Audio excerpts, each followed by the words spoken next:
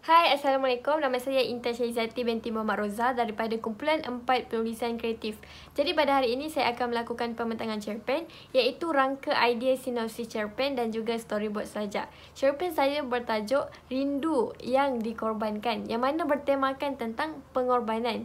Persoalan di dalam cerpen ini mengetengahkan tentang pengorbanan seorang isteri demi melaksanakan tugas sebagai seorang doktor pakar yang menguruskan pesakit COVID-19.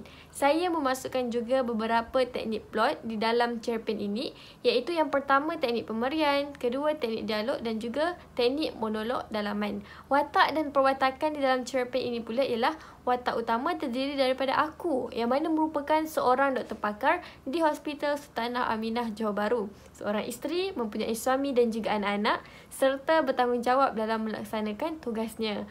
Watak sampingan pula yang pertama terdiri daripada Irfan, suami aku dan seorang yang sangat memahami.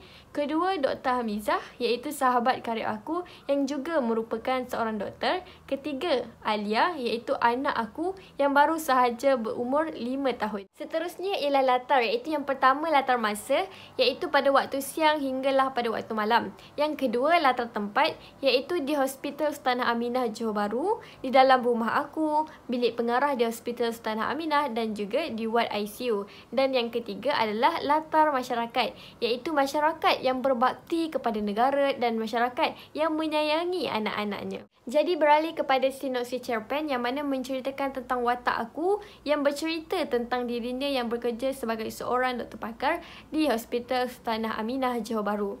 Tugas sebagai doktor bagi aku semakin mencabar kerana terpaksa mengorbankan masa, tenaga bagi menguruskan pesakit COVID-19 yang semakin ramai. Aku juga terpaksa meninggalkan suami, anak-anak selama sebulan dan perlu menahan rindu. Di dalam cerpen ini juga menggambarkan tentang keadaan wad kecemasan yang begitu sibuk dengan seorang doktor, jururawat, staf yang tidak lekang menguruskan pesakit.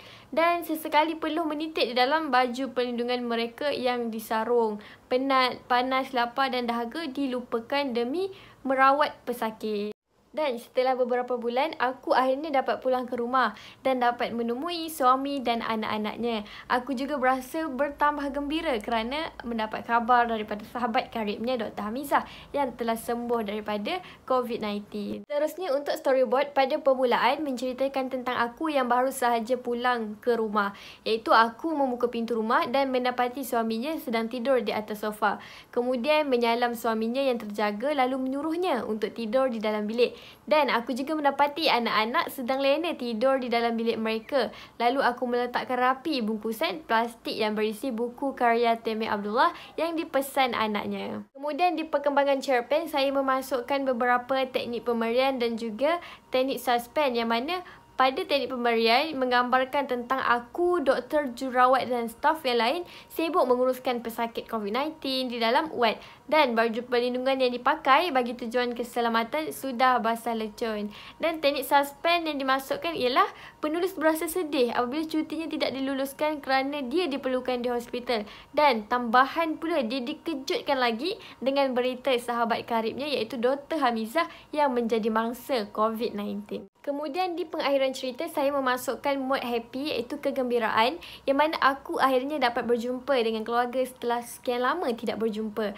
Dan aku juga berasa sangat gembira kerana mendapat berita dari sahabat karibnya Dr. Hamizah yang telah sembuh dari penyakitnya. Seterusnya beralih kepada sajak iaitu sajak yang pertama, tajuk yang saya berikan ialah Alam Mengamuk yang mana bertemakan tentang alam sekitar yang mengetengahkan tentang persoalan kemusnahan alam sekitar angkara tangan manusia yang tidak bertanggungjawab.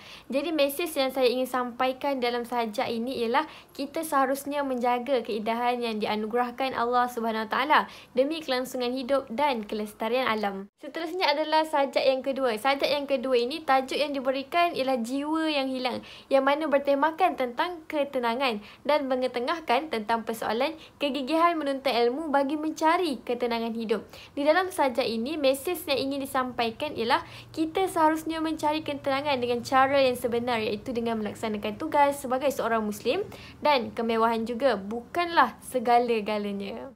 Sajak yang ketiga pula, saya berikan tajuk Hadirmu Membuka Mata Dunia, yang mana bertemakan tentang kesihatan. Persoalan di dalam sajak yang ketiga ini mengetengahkan tentang kepentingan menjaga kebersihan dan kesihatan diri bagi mengelakkan jangkitan virus. Jadi mesej yang ingin disampaikan di dalam sajak ini ialah kita hendaklah mengutamakan kesihatan diri kerana nyawa begitu berharga. Jadi itu sahaja pembentangan cerpen dan sajak daripada saya. Saya memohon maaf andai ada tersalah bicara sepanjang saya membuat pembentangan pada kali ini. Jadi terima kasih juga kepada Doktor Penulisan Kreatif saya iaitu Dr. Mariati atas bimbingan dan tunjuk ajar. Dan kepada semua terima kasih kerana menonton. Assalamualaikum.